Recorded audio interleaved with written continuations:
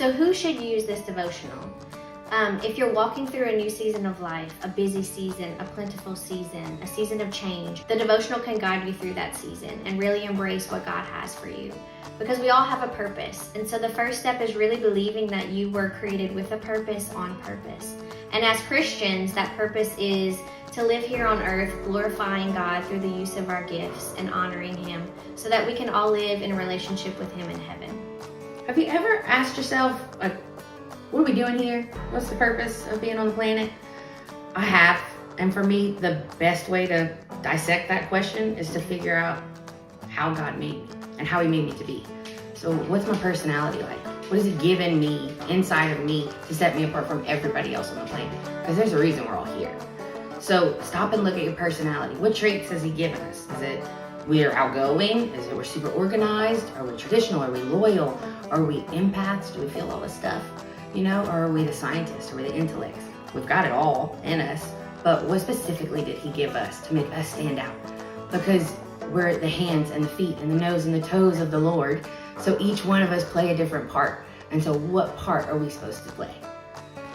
Okay, great way to figure out the strongest parts of your personality, like the best parts of your personality and your gifts, is to figure out what like sets your little soul on fire. What do you want to do all day long because it feels so good and you just want to do it all the time, every day?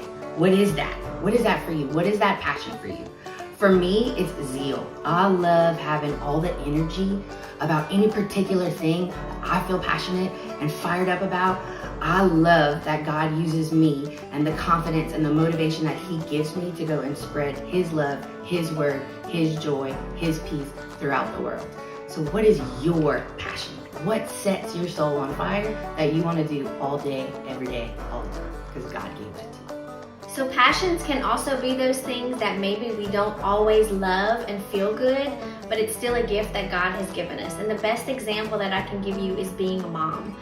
It's not always rewarding, it's not always fun, but God gives us that staying power and He gives us that passion when we see a giggle from our child or they want to wrap their little arms around our neck.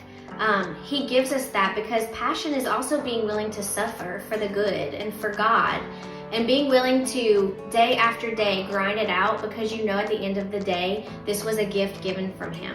So if you look at all of those things that we're talking about, your passions are really going to be the things that help you to become fully alive, and that is from the Holy Spirit.